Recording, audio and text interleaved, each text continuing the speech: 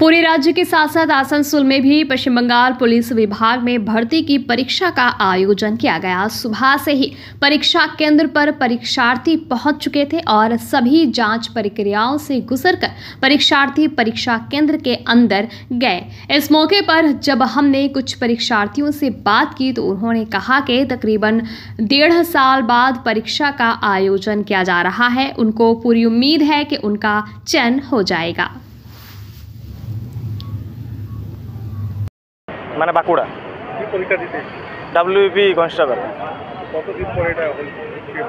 মোটামুটি 1 থেকে 1.5 বছর কাছাকাছি, অনেকটা সময় পেরিয়ে গেছে। কি মনে করছো?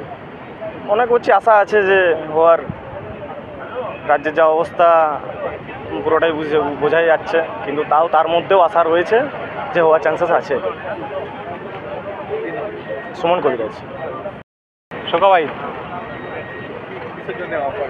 এই পরীক্ষা আছে WBP। কতটা আশা করছো? হ্যাঁ, কতটা আশা রেখেছো?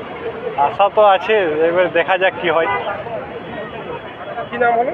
সুব্রত মণ্ডল।